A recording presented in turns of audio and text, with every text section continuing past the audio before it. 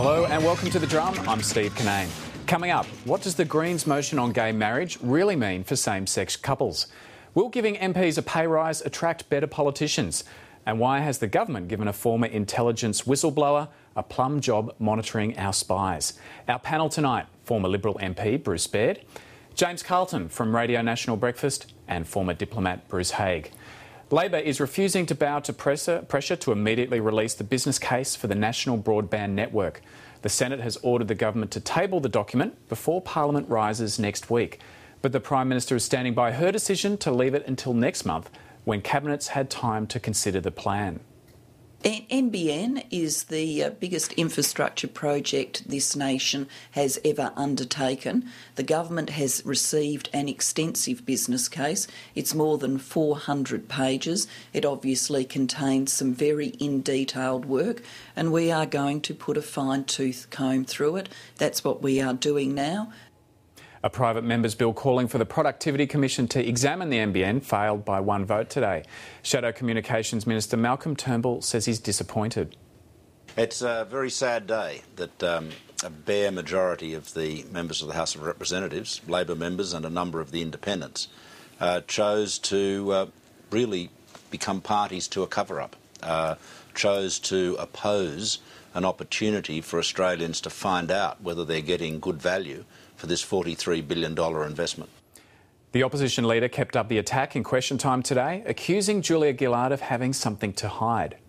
If the National Broadband Network is as vital and as necessary and as worthwhile as she says, why is she scared of releasing the business case which she has had for some time and which she is sitting on, which she is hiding in the very sitting fortnight that she expects the Parliament to approve this $43 billion investment?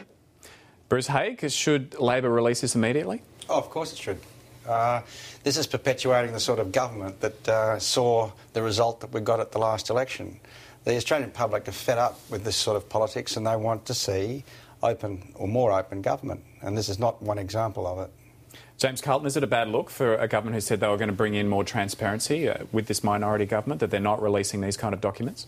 I think it is, and it's also a mixed message. The government said we couldn't refer the National Broadband to the Productivity Commission because it would delay the rollout of the National Broadband Network, and yet we can't have a look at the business plan because it's a complex document, and somehow they need time to understand it and comprehend it fully. It's a mixed message from a government that badly can't afford to deliver mixed messages. Bruce Baird, today in the Senate, the Senate passed a motion which would lead to the government being forced to give the NBN business case to the Parliament. Can they enforce that? Well, they should be able to. I mean, otherwise they're in contempt of the Senate. But the reality is they undoubtedly don't plan to, because I would suspect the 400 pages has got some interesting facts and figures there, some things that they want to cover up. They're busy out there with the scissors and sticking paper right now trying to work out what they can release and what they can't. They're saying it's commercial in confidence. Nonsense. Yeah? You don't think there's anything in there that's commercial in confidence? Well, there could be some, but, for heaven's sake, they've got a monopoly. Why would you be hiding that? If you're given a monopoly, why would you worry about commercial in confidence data? That's how it is. James? So it's a conflict. I thought it was a bit rich saying that it might negatively impact the Telstra price on the day when Telstra hit a 10-year low of $2.50. Yeah, that's right. It doesn't wash, because the Australian public's not that stupid. This is a huge amount of money, and people feel that they have a right to know. And I think I agree that they have a right to know in this instance with this sort of money involved. I think it's really a bit like the school hall situation. If they don't watch, it's going to get out of control. Independent sources are going to question it. And if they seem to be hiding it rather than being transparent, saying this is where it is, guys, and we can all be convinced and get on with it. But at the moment, it's sus. And James, interesting too, today another bill, Malcolm Turnbull called for the NBN plan to be subject to the Productivity Commission to do a cost-benefit analysis. And Rob Oakeshott sided with Malcolm Turnbull in the coalition, but the other independents didn't, and it failed. Interesting, yes. It'll be one to watch how Oakeshott continues to vote on these divisions. But no, the government didn't want it to go to the Productivity Commission. They said that would delay the rollout unnecessarily, and they made it by a vote.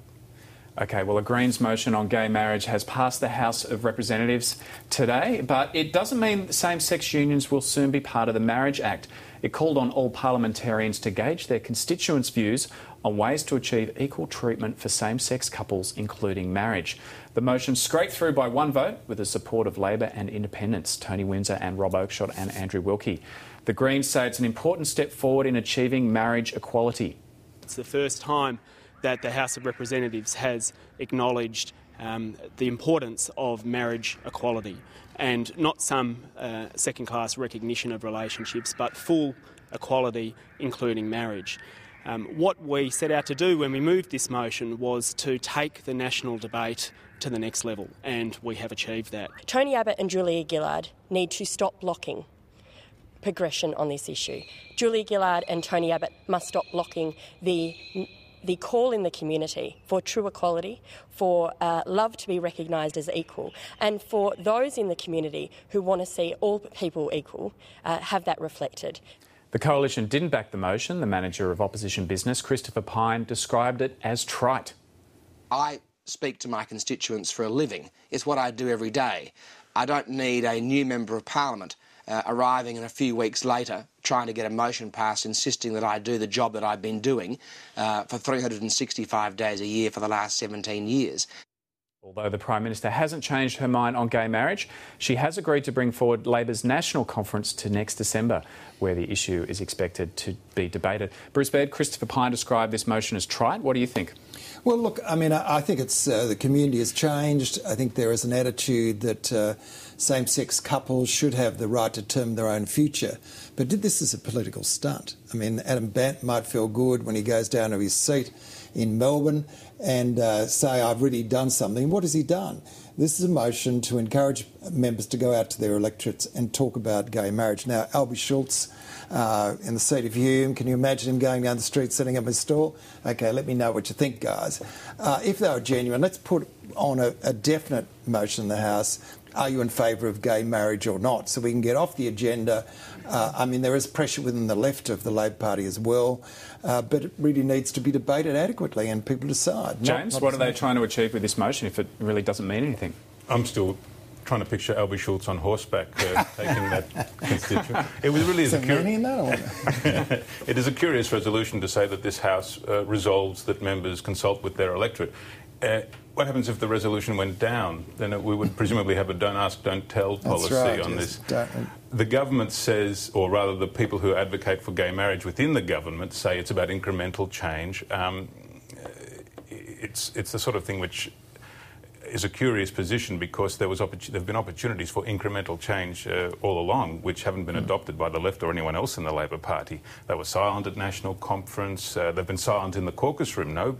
Even behind closed doors, no resolutions in support of gay marriage there. It seems like it's starting to change, though. People like Mark Arbib coming out and talking. Certainly we are, but we are seeing change gradually. But, you know, there's a certain event that has taken place in the interim, which is almost losing government, losing a majority and having the Labor Party bleed to the left wing, with the Greens taking such a huge proportion of their vote. Bruce Haig, what do you make of this motion? I think the Australian public are saying just get on with it. Look, we've got to get out there and ask our constituents, or they've got to ask the constituents about water, about the number of children in this country that are abused and without homes. These are the issues that are important. This issue is an issue that should have been handled long ago, and as I say, most Australians would say it's not our business, just get on with it. Bruce Baird? Yeah, look, I agree. Let's bring the debate on. Let's respect individual choice and freedom.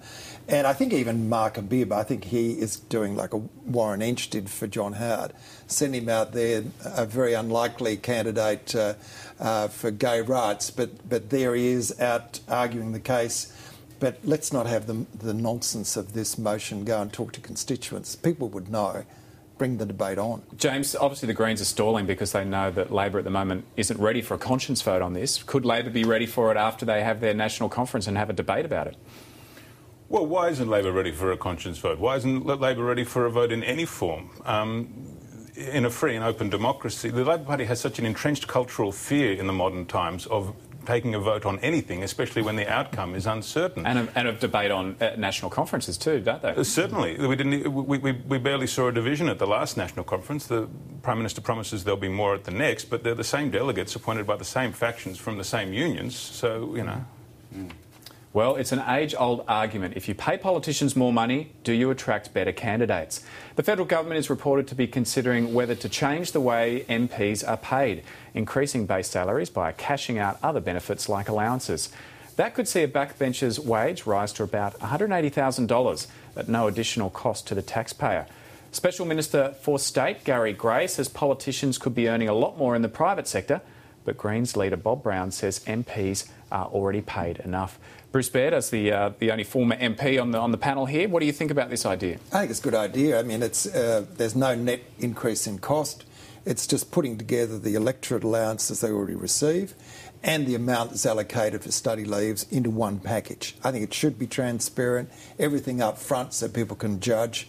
But MPs are underpaid, and it's being reflected in pre-selections in the coalition. I know that's the case. Have you heard that come back, that people say, look, why would I pursue that? It's not enough money. It's just, look, I've got a young family, I just can't afford it. With everything else that goes on, uncertainty, attacks in the media, why would I do it? I know my own son cut his salary very substantially from being a merchant banker. Not everyone would do that, and I think it's in Australia's interest that we lift the general numbers of candidates